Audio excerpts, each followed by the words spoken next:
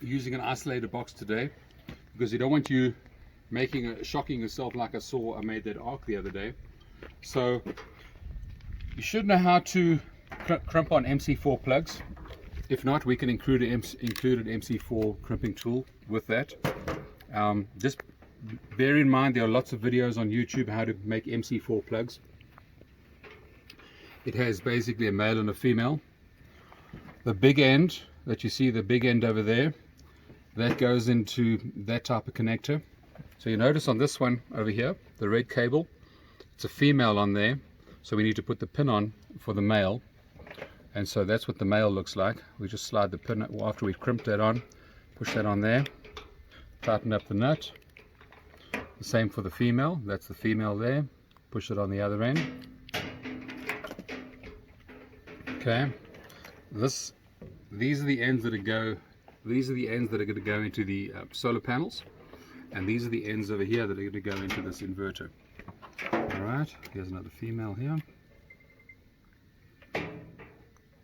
Okay, so what we simply do is hook that in to our box over there. And this one's not on very tight, so loosen it.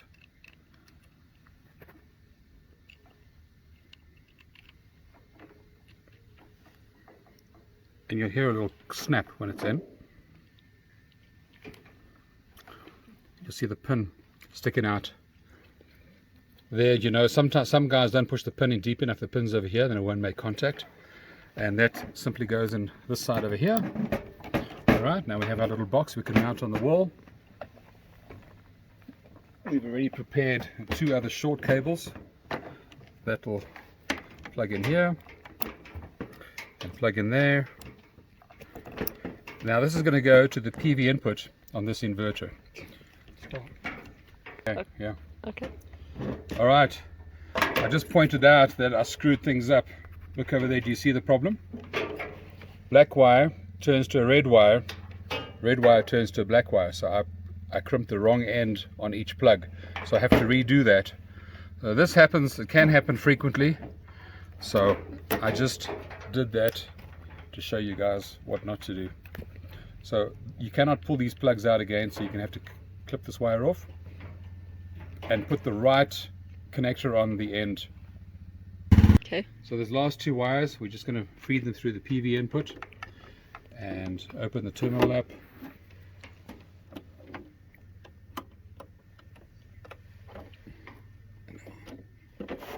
Okay. Make sure to get them in the terminal and not under the terminal. It's pretty easy to get them under the terminal. And then this time I got it right. Okay. This part now is safe. The breaker is off. In the off position. Down is off. So now we can wire the solar panels up. And we can come along now.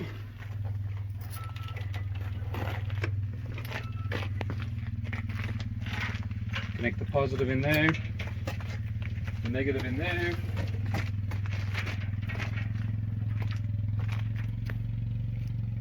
You'll hear a little click. All right, that's good.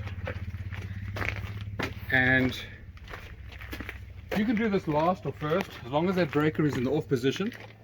Now wiring the battery. Come around here. We're filming late in the day, so we have a 5 kilowatt hour battery in the rack, and you can see that you can put any brand of battery in here.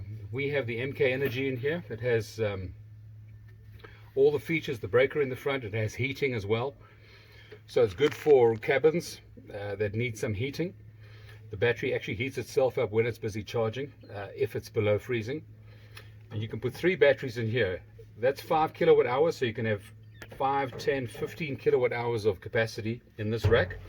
Or if you want to, you can go to something like that, which has got capacity for 8 batteries. It also has the breaker built in, and these are available on our website. It has the emergency stop switch that has some wires coming in, and the wire basically just connects into the RS-232 port over there. If you hit the emergency stop, the battery will shut down, and then everything is safe.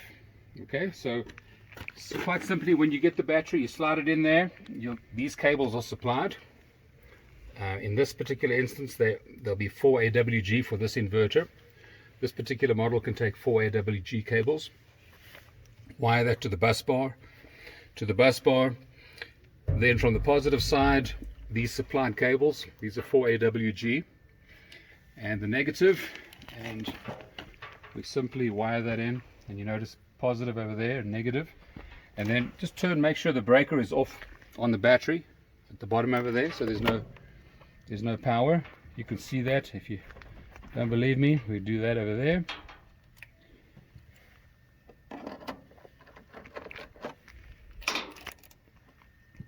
This little clear plastic, you can see what's going on, and make sure the wire is all going in that terminal nice and neatly. And tighten that down. I actually like these little inverters. This is a 3 kilowatt hybrid inverter. This one can take up to 500 volts of solar, and the next one I'm going to show you takes 250 volts of solar. It just slides in like that. And as far as the AC output, you can wire that to a power strip. You can get a power strip like that, cut the plug off if you just want something temporary, or you can wire your 8 gauge wire or 12 gauge into your electrical panel and your cabin, and the 120 volt input, or just into a single pole breaker, and I'll perhaps make a video on that. And your AC input on all of these inverters have AC inputs. You can wire your 120 volt generator directly into live and neutral, or grid power input, so you can charge from grid or from a generator if there's no sun shining. And okay, so white is neutral,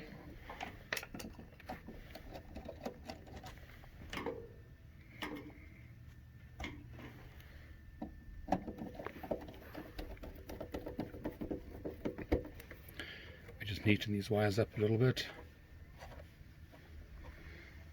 And then live is black.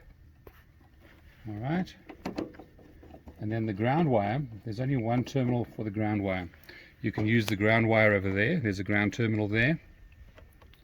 Okay, or you can use the ground terminal over there.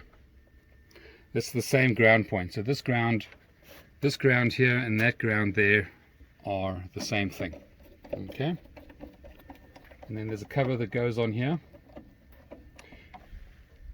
All right, so we're almost ready to go right now. We've got the battery connected. We just don't have the battery communications connected. So to install the battery communications, this is the cable that comes with this particular model inverter. It looks like a USB port over there, but it's not. It says RS485. Okay, we plug this in here. We've already crimped on this RJ45 plug, and because it's a little bit short, we have this RJ45 female to female connector over here. Then we just use a standard 1-to-1 Cat5 cable, plug in there, and we can run this wire through this hole over here. And this goes into the RS485. You notice over there it says RS485. Okay, and on the battery you might get confused, but there's lots of RS485 ports. Those RS485 ports are for linking more batteries together, letting them communicate with each other. However, this is the port we're going to be using here, RS485. We'll see in another video some of the other inverters use the CAN bus port, but this one we're going to use the RS485 port. Plug that in there. The first one, the dip switches could all be down, or the first one can be up. It doesn't matter. Okay. Now, because this battery has a pre-charged resistor in it, what we'll do is we wire up everything first. We throw the breaker up the power button, and that'll use the pre-charged resistor to charge up the capacitors inside the inverter. And we should be ready to go. Notice we haven't turned the solar on yet. Okay, so we should be able to turn the inverter on, and we hear the fans coming on. Alright, that beep is a good sign. Now we need to program this inverter for to talk to this battery. By default, hopefully you can see that the battery is communicating in RS485 protocol, and we can hit down over here, pack set. All right, pack set. Choosing RS485, enter, and by default it's RS485 pylon. Okay, pylon is the most commonly used protocol there is in the world. If we look in the manual, it shows. I'll show a little shot of the manual over here. Now we're going to program this battery to talk to this battery. Program this inverter to talk to the battery. To do that, now you'd have to come along here. Hopefully we're going to be able to see this. Okay. Hold down the enter button. And we set the battery type. We scroll to setting number 5. So you can push the down button or the up button. At the moment the battery type is set to AGM. We want to set that to flooded, use, lithium 1, lithium 2. Lithium 2 is the pylon tech protocol. Okay, we'll show a piece in the corner of the manual. Push enter. And then push escape.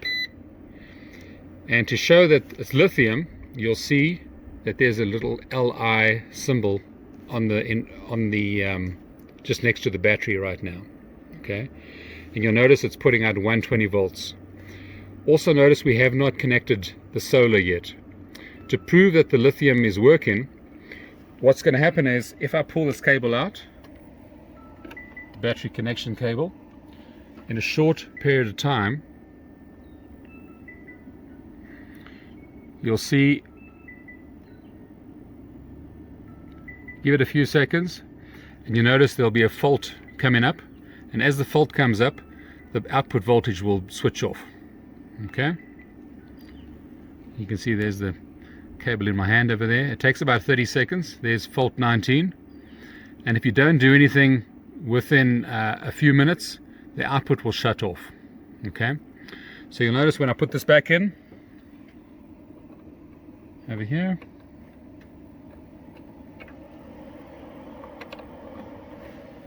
within a few seconds fault 19 disappeared and everything's happy. Okay, so now we're going to turn on the solar, and let's look at the state of charge on this battery first. Now to look at the state on the charge on this battery, you push the menu button. Can you see that? Push the menu button, push enter on pack info, and then you can see right now the voltage, how many amps are going to the battery from the solar, and we can see, scroll down at the capacity. It's a 100 amp hour battery and it's 47% charged at the moment. Okay, now if you want to see how many amps are going in, you just hit the status button there, shows you the voltage, and that's 1.2 amps at the moment going out, because we haven't turned the solar on yet. So if I turn the solar on, okay, in a few seconds we should see the current start changing direction and the solar actually starting to charge the battery. There you go. So it's gone now. 12 amps are going in, 15 amps going into the battery right now from the solar.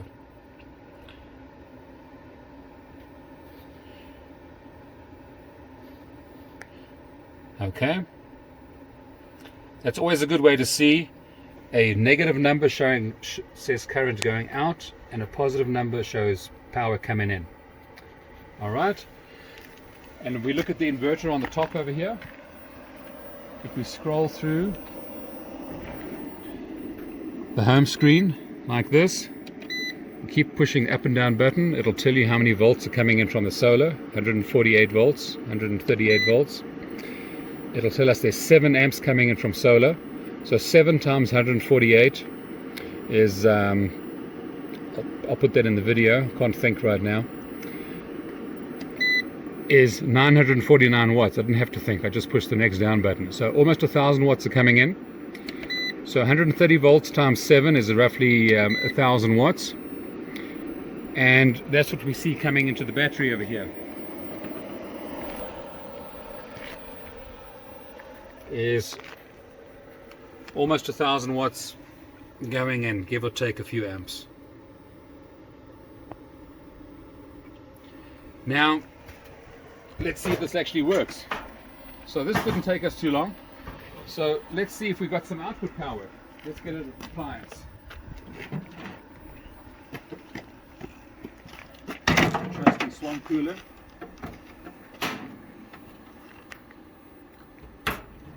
Plug that in.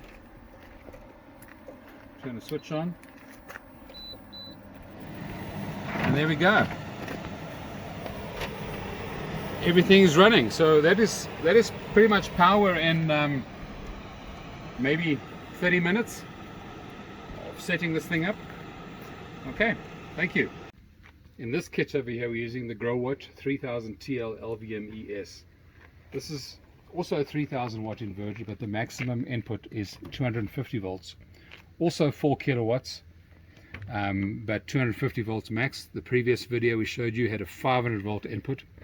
Also for 4,000 watts maximum. That just means you can put more solar panels in series, whereas this one would be no more than 5 panels in series, maybe with 2 parallel strings, or even 3 parallel strings if you haven't reached your 4,000 watt limit.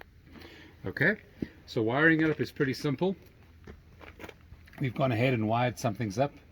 Let's just give you a demonstration again. We've got the solar panels wired in there into our disconnect. Disconnect is off right now.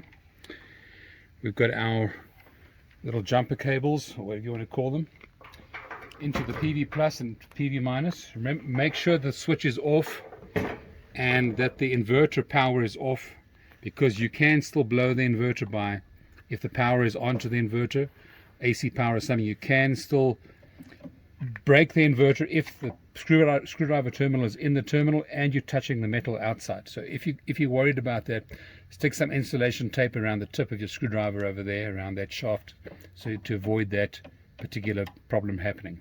Okay, positive on the left, negative on the right. Now what's cool about this particular model inverter, this one can run without batteries. So right now we've got the batteries connected. We've got 4 gauge wire into the terminals over there. Okay, and we can see over here the battery breaker is off. Okay, and I can actually just turn the solar on right now like that, and the inverter will come on, beep, because we've got 4 panels in series over there, and it will complain a little bit, and we can actually turn it on and get power out of this inverter right now, just with only the sun, no batteries connected. But bear in mind, if your power draw is more than the solar panels can handle, the output will trip off. Okay, so it's not always a good idea to run without batteries. Just showing you what is possible. So I'm going to turn it off again, turn the solar off, okay, and show you how to connect the batteries.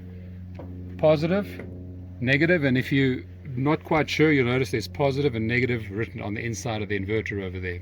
Okay, and we wire those cables. These cables are supplied in the kit to the bus bar over there, positive on this side, negative on that side, and then a short cable from the negative over there to the negative. And then this is not essential, but this inverter does communicate with this particular battery, and this is a GROWATT inverter.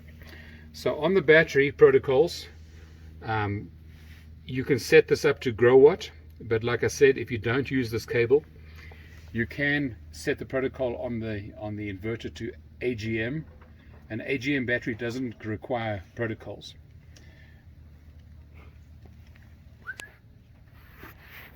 So how we set up this inverter is as follows. On the battery, just push the power button on. The breaker is still down, we haven't got any power, and the battery will boot up. Then we can go to pack set at the bottom over there, pack set, and this is going to be using CAN bus. We're using the CAN bus port down there. Enter, and I've already selected GROWATT. You can just scroll up or down, and there's all the protocols. If hopefully my hand is not in the way, and we just scroll down until we get to CAN GROWATT, push enter, and that's as simple as that. It says set OK. Alrighty, now we don't have to do anything with the battery. We already have the power cables connected up, so I can just go ahead. The first thing to do is turn the battery off. Turn the battery off.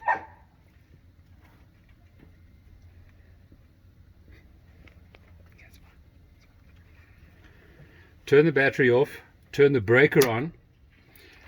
And then by turning this switch on last, you're enabling the pre-charge resistor to charge up the capacitors in the inverter.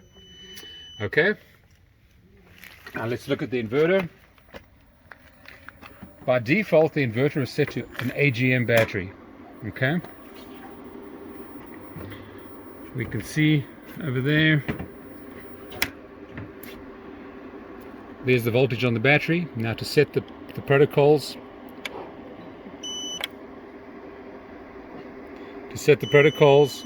on the inverter, we hold down the enter button, scroll to setting number 5. So you can see at the moment it's set to AGM. Set it to lithium. And there's many protocols for lithium, right? Then the next one is in setting 36. You push enter again, and the 0 will flash. Set that to 5. So we want protocol 51, basically. Enter, push enter, enter, escape.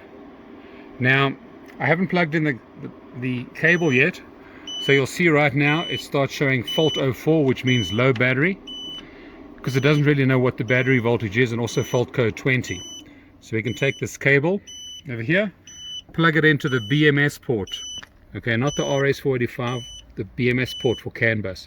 Plug it in there, and within a short number of seconds, you'll notice that fault will disappear, like over there, and then an LI icon will appear next to the battery. And now we can turn the unit on, and within a short period of time it'll give us output power.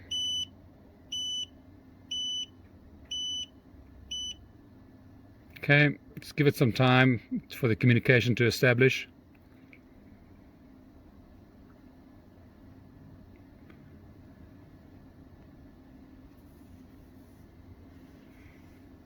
Okay, you'll see the inverter start kicking on right now, and there we go.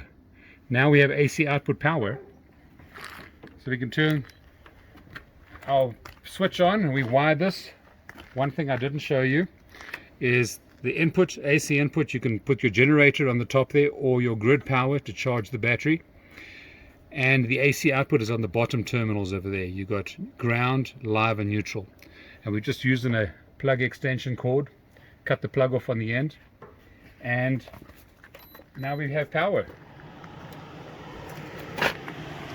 Alrighty, so in a few seconds we've had power, and that's all there is to it.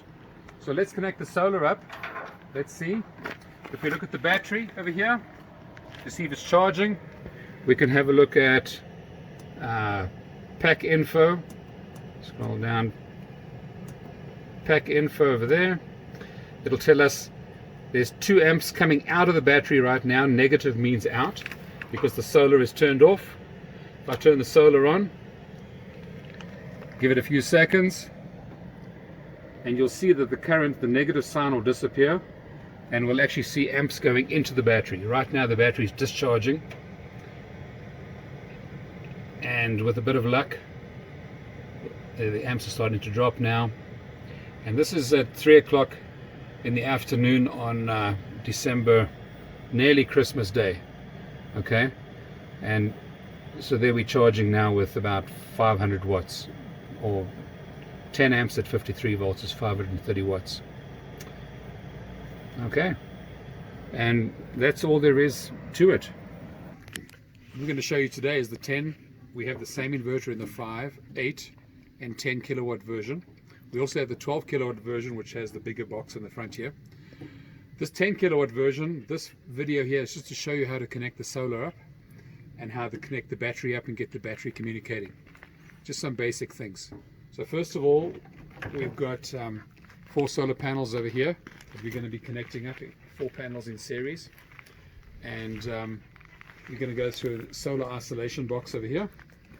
And we're simply going to run that through. You'll notice this inverter, this particular 10 kilowatt inverter has got 4 PV inputs. Okay, you just check in there. You'll see over here, it shows PV1 plus, PV2 plus, PV3, PV4 plus, and then PV1 minus, PV2 minus, 3, 4, etc. We also have a generator input on this model. We also got grid input. Now the grid input is input and output then if you want to do grid feedback, but it'll work just fine off grid. We've got a load 1 and a load 2 output. Now usually you would use load 1 output, and I'll skip to another piece of video later on that we did hooking up load 1. Load 2 can be programmed based on battery state of charge. So you can program load 2 to come on, let's say if the battery goes above 50%, and turn off if the battery goes below 45%, or however you want to program it. Pretty easy to do. But so we just go ahead. I'm just going to wire in 1 set of solar panels of 4 panels in series. So just simply take your solar panel wires. Now this box is a little bit smaller to work in, I understand. The newer models, like the 12K, has the bigger box size for more wiring, but this one is actually at a lower price, so you only really wire up the box once and then you're done. So there's no real reason, sometimes always to get the bigger box, especially if you're trying to save some money. Okay,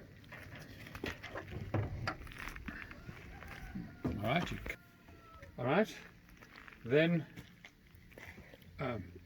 so cut that. So when you hook up the battery, all right, make sure obviously the battery must be off, in the off position.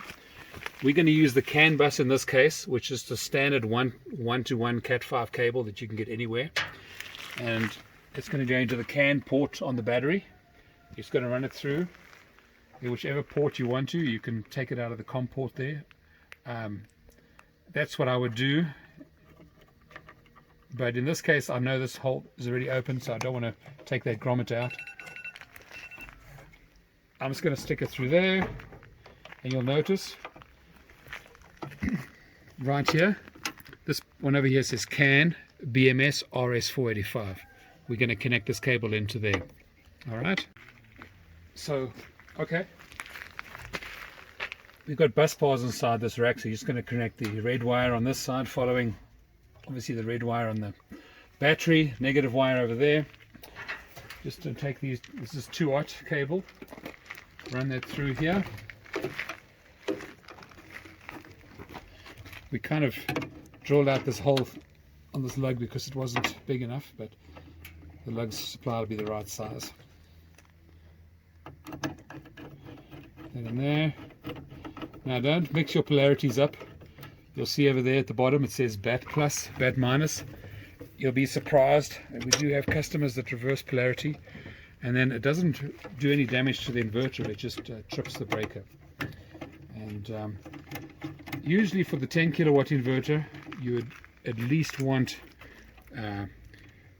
2, 3 or 4 or 5 more batteries. This is one battery. We're just giving you a demonstration how to configure the battery to make it actually talk. Okay, so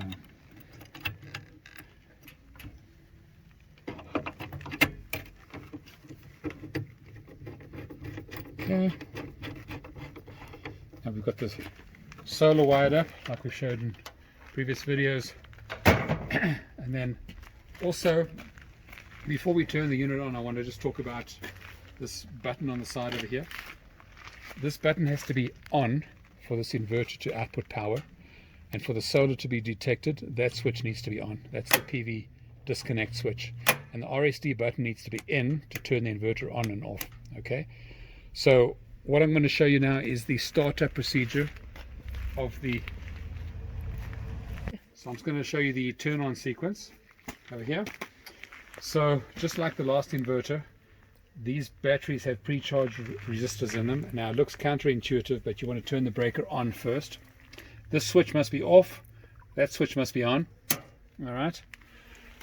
The pre-charge resistor kind of works only when you turn this battery on for the first time. Okay. And BMS management system. Hopefully you can see that screen. So for this over here, I'm going to go to pack set. All right. And we're going to set this to CAN bus. So we're going to push the down button, CAN bus, push enter. And this is going to be, we had the previous one on GROWATT. So this one can either be pylon, and we can do Lux powered dye so far, Jinlong. These are awesome batteries, heated batteries on our website. CAN pylon is good, or Victron, or dye is fine as well. Just push enter, and now immediately the protocol is set for CAN bus. All right. Now all the switches over here can either be all off or one on. For now, for the sake of this video, I'm just going to leave them all off, okay, as the battery comes out the box. So you can see that the inverter has already come to life over here. The screen is on, and the first thing it says A28 BMS comms fail. All right, if you can see that little picture at the top there. I know the light is very bad today. So, and that comms fail has actually disappeared right now. So the inverter is actually ready to go. But before I show you anything else, I just want to give you a demonstration. You hit that little gear button over there. Enter the passcode is 5 ones. It's very, very secure, as you can see. And this little backup enable checkbox, if that is not checked, the inverter will not work in off-grid mode. Okay, so some guys change settings all over the place and then wonder why the unit won't turn on. By default, the backup is set to enable. Okay, and that's really all they need. So this is default as it comes out the box. Okay, oops. Hit the battery icon. You can see over there it's set to lithium, CAN bus. So that's why this is working currently right now. If I set that to RS485, for example, you'll see it says comms fail. Okay, so it's got to be CAN bus. Hit the battery icon again, CAN bus, hit save, and once that error message disappears, the unit's actually ready to turn on. If it has any faults in the window, if you want to see any alarms, you click on that little error box there. That's active alarms, and if you click to the right, you'll see historic alarms. Okay, so we've used this inverter for a few things before, so we're ready to go. So the battery's at 46% right now, and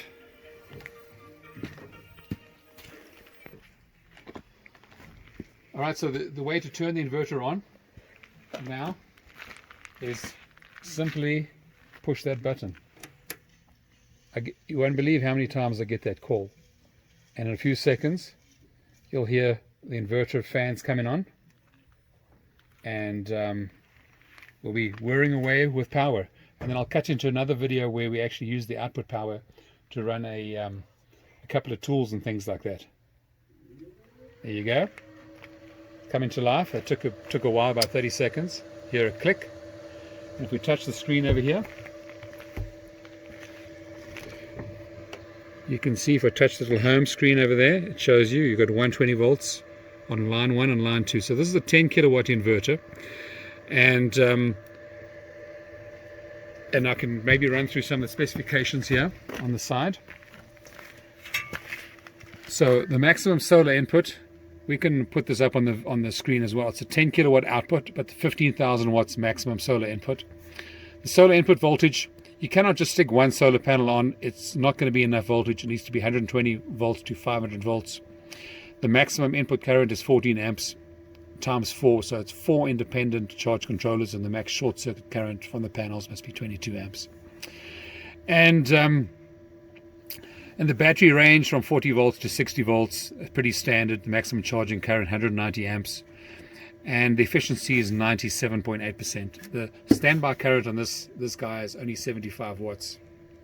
Okay, so Then we can also just turn the solar on now too. And today is very overcast, probably going to snow later on today. Turn the solar on. You won't see any solar until you turn the switch on the side here. Alright, that's for solar. In is on, out is off. Okay, a lot of questions about that. And then we can look on the screen over here to see what the solar is looking like. We can hit the home button and just simply touch the solar panel icon, and you'll see there that right now there's no voltage. Alright, well that's not good. Yeah. It didn't work because we didn't have all things together. Oh, look there. No voltage because plug wasn't plugged in. Okay. Also get a lot of calls about that too. I'm glad I'm doing the same things my customers do a lot. Sometimes my customers say we've got a red wire over here, but it doesn't work. Maybe sometimes your polarity is wrong. Okay, let's look at our solar again, see what's happening. Those 4 panels in series are giving us 174 volts, and we're actually going to get hardly anything today. It's going to be snowing in the next 10 minutes, so at least we can see there's voltage there, 174 volts, and it's not harvesting any energy today just yet. Okay, so that's pretty much connecting the solar. Now you can do the same thing if you've got 4 sets of solar panels or 4 arrays. You can connect up to 4 arrays inside this thing, each a maximum of 3,500 watts per input and no more than 500 volts. Bearing in mind when it's cold, your solar panel's voltage increases as well. So if you can run it around 400 volts, you'll be safe. And this cover just clips on. And that's pretty much the 10 kilowatt inverter in a nutshell. Okay. The next inverter I'm going to show you is the 6.5 kilowatt inverter. It's pretty much, it's from Rich Solar. It's the RS, see, the RS685. Let's see if I can zoom in there better. It's a 6.5 kilowatt inverter, 120 volts. And connection is pretty much the same way. You just wire up the battery terminals into the cabinet over there. The BMS cable is going to be a little bit different. It's the Voltronic cable. We sell these. They call the RS485 to MPP solar cables. MPP solar or Voltronic. So this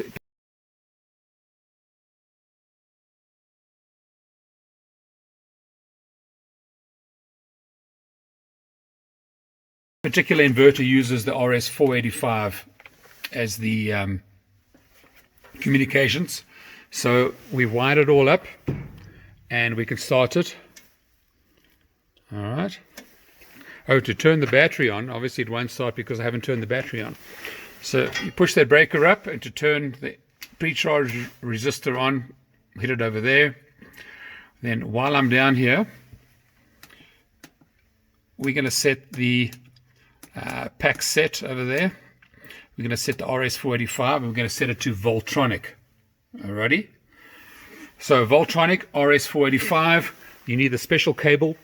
Pins 1 and 2 on this RJ45 go to pins 3 and 5 on this port over here. Then once that's on, we can turn this inverter on. Now, has a little bit of a different display to the LV6548.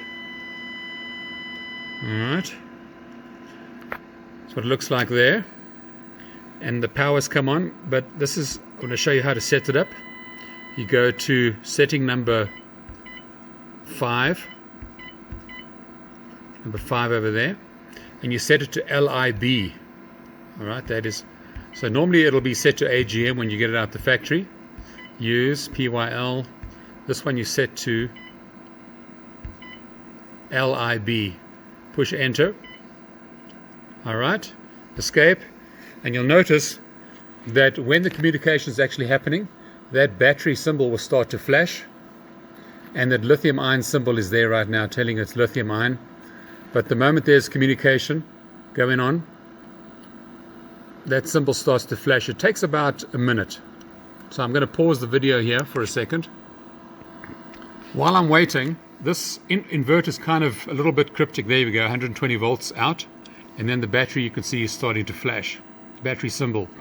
Now to turn the 120 volts on and off, you can just hit the button in the front over here.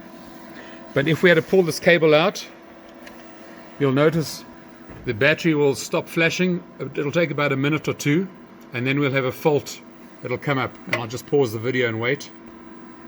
Okay, so the frame starts flashing red.